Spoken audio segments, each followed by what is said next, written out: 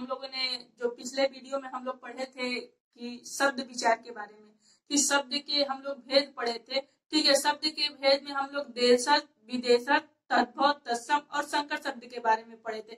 ठीक है, आज का हमारा जो चैप्टर है वो है वर्ण तथा ध्वनि विचार। ठीक है, और वर्ण भी पढ़ेंगे, साथ साथ वर्णमाला भी पढ़ेंगे। तो देखिए डियर स्टूडेंट, वर्ण उसे कहते हैं, वर्ण क्या होता है, भाषा की सबसे लघुत्तम इकाई होती है।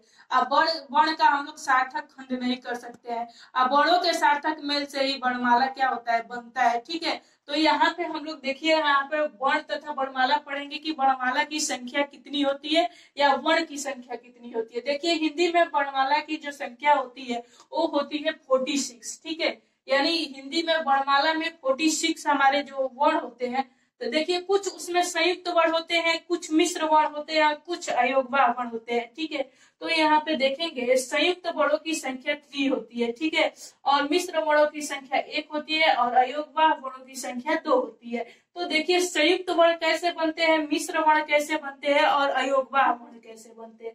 देखिए संयुक्त वर्ण जो होते हैं उसकी संख्या 3 होती है। तो यहाँ पे देखिए क हलंत प्लस स बनाएंगे तो छत्र बनता है। ठीक है, तो हलंत प्लस र बनाएंगे तो त्र बनता है, और ज हलंत प्लस ज्ञ बनाएंगे तो अज्ञ बनेगा। ठीक है, यानी इसमें दो आपस में वर्ण क्या हो रहा है, मिल रहे हैं। ठीक है, इसलिए संयुक्त वर्ण इसको कहते हैं। और इसकी संख्या कभी भी 3 ही होगी, एक ये वाला होगा, एक ये होगा और एक ये होगा, इससे अधिक नहीं होगा। ठीक है, तो संयुक्त वर्णों की संख्या अगर जो क्वेश्चन में पूछे तो संयुक्त वर्णों की संख्या 3 होती है। ठीक है, अब देखिए मिश्र वर्ण कितने होते हैं। ठीक है, तो अगर जो पेपर में पूछ दे संयुक्त वर्णों की संख्या कितनी होती है, तो आप वहां पे 3 न लगा के वहां पे आप टिक लगाइएगा 4, क्योंकि ये मिश्र वर्ण भी संयुक्त वर्ण में आते हैं। ठीक है, अलग से अगर जो मिश्र वर्ण पूछेगा तो आप 1 कर सकते हैं, लेकिन जब संयुक्त वर्ण की पूछेगा तो वहां पे आप 4 लगाएंगे, क्योंकि मिश्र वर्ण वाला भी क्या होता है, संयुक्त वर्ण में जुड़ जाता है। ठीक है, तो देखिए मिश्र वर्ण की संख्या 1 होती है, स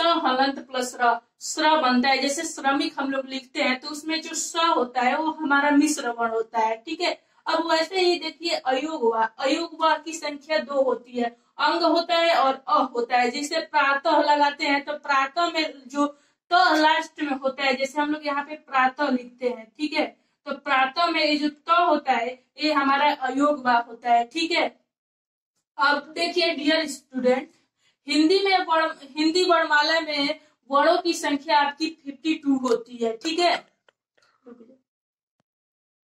हिंदी वर्णमाला में वर्णों की कुल संख्या जो होती है 52 होती है। तो आप लोग पूछेंगे ये 52 कैसे आ गया, हम तो यहाँ पे आपको 46 लिखवाए हैं, तो 52 कैसे हो गया। तो 52 हुआ क्योंकि संयुक्त वर्णों की संख्या +3 ऐड किए हैं, प्लस मिश्र वर्ण की संख्या 1 ऐड किए हैं, प्लस अयोगवा की संख्या 2 ऐड किए हैं। जब टोटल इन लोगों को काउंट करेंगे 53 और 3 क्या होगा, 50 सॉरी। तो देखिए यहाँ पे हम जो वर्ण की संख्या 46, संयुक्त वर्ण की संख्या 3 और मिश्र वर्ण की संख्या 1 और अयोगवा वर्ण की संख्या जब 2 जोड़ेंगे तो 46, 3 + 1 + 2 जब ऐड करेंगे तो 52 हो जाएगा। ठीक है, तो हिंदी वर्णमाला में वर्णों की कुल संख्या 52 होता है। ठीक है, अब हम लोग पढ़ेंगे तो इन 52 वर्णों को, ठीक है, स्वर तथा व्यंजन में बांटा गया है। ठीक है, स्वर वर्ण किसे कहते हैं और व्यंजन वर्ण किसे कहते हैं। जैसे यहाँ पे देखिए स्वर वर्ण उन वर्णों को कहते हैं जिनका उच्चारण स्वतंत्र रूप से होता है। ठीक है, हिंदी वर्णमाला में स्वरों की संख्या 11 होती है। ठीक है, यानी जो हिंदी वर्णमाला होता है, जैसे आप लोग आप पढ़ते हैं उसमें जो स्वर होते हैं उसकी संख्या 11 होती है। स्वरों को उसके उच्चारण के आधार पर 2 भागों में बांटा गया है, यानी स्वर का जब हम लोग उच्चारण करते हैं उसी के स्थान पे स्वर को 2 भागों में बांटा गया है। पहला होता है ह्रस्व स्वर और दूसरा होता है दीर्घ स्वर। ठीक है, यानी ह्रस्व स्वर वैसे स्वर होते हैं जिनके उच्चारण में कम समय लगता है, और दीर्घ स्वर ऐसे स्वर होते हैं जिनके उच्चारण में क्या होता है, ज्यादा समय लगता है। जैसे ह्रस्व स्वर में आपका आ जाएगा और आप लोग बोलते हैं तो ये आपका ह्रस्व स्वर है, क्योंकि इसका जब हम उच्चारण करते हैं तो क्या होता है, कम समय लगता है। वहीं पे अगर जो ए बोले तो ये क्या है, आपका दीर्घ स्वर है, क्योंकि इसके अपेक्षा इसमें ज्यादा समय लग रहा है अगर जो उच्चारण कर रहे हैं तो। ठीक है। तो ह्रस्व स्वर आपका ऐसा हो जाएगा कि जिसके उच्चारण में कम समय लगता है, और दीर्घ स्वर वैसे शब्द होते हैं जिनके उच्चारण में अधिक समय लगता है।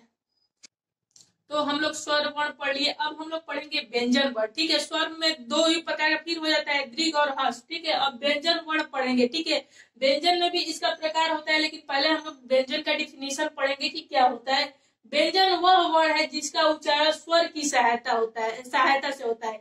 यानी व्यंजन का जब हम उच्चारण करते हैं उसमें स्वर का भी सहायता होता है। जैसे हम लोग क लिखते हैं तो क में क्या है, अ क्या है, स्वर है। ठीक है, यानी इसमें छुपा हुआ है, क में क्या है, अ छुपा हुआ है। अब जो ख लिखते हैं तो ख में भी क्या है, एक व्यंजन छुपा हुआ है, स्वर छुपा हुआ है, वो है अ। ठीक है, तो देखिए यहाँ पे व्यंजन वह वर्ण है जिनका उच्चारण स्वर की सहायता से होता है। ठीक है, अब प्रत्येक स्वतंत्र वर्ण के उच्चारण में अ स्वर की ध्वनि क्या होती है, छुपी हुई होती है। जैसे हम क बताए हैं तो क में अ क्या हुआ है, छुपा हुआ है। ठीक है, ख है, ख में अ क्या हुआ है, छुपा हुआ है। और हिंदी में व्यंजनों की संख्या जो होती है वो आपका 33 होती है। ठीक है, यानी स्वरों की संख्या 11 होती है और व्यंजनों की संख्या कितनी होती है, 33 होती है। व्यंजन 3 प्रकार के होते हैं। ठीक है, एक होता है स्पर्श व्यंजन, एक होता है अंतस्थ व्यंजन, एक होता है ऊष्म व्यंजन। ठीक है, तो हम लोग स्पर्श व्यंजन, अंतस्थ व्यंजन और ऊष्म व्यंजन के बारे में पढ़ेंगे। तो स्पर्श व्यंजन वैसे व्यंजन होते हैं जिसका उच्चारण हम करते हैं तो तालु, मृदा, दंत और ओष्ठ से हमारा जो शब्द क्या होता है, स्पर्श करते हुए बाहर निकलता है। ठीक है, यानी ये तालु, दंत, ओष्ठ और कंठ से हम कोई भी वर्ण बोलते हैं तो वो स्पर्श करते हुए बाहर निकलता है, तो उसको स्पर्श व्यंजन कहते हैं। अंतस्थ व्यंजन भी वैसे ही व्यंजन होते हैं जो भी बोलते हैं तो वो हमारे अंदर से निकलते हैं। ठीक है, ऊष्म व्यंजन वैसे व्यंजन होते हैं जिसका हम उच्चारण करते हैं तो हमारे मुख से ऊर्जा ऊष्मा उत्पन्न होती है। ठीक है, यानी घर्षण उत्पन्न होता है, उस व्यंजन को ऊष्म व्यंजन कहते हैं। तो तीनों का हम डिफिनीशन नेक्स्ट वीडियो में पढ़ेंगे। ठीक है, थैंक यू। अगर जो अच्छा लगा तो वीडियो को शेयर, लाइक, सब्सक्राइब करिएगा। Okay, thank you.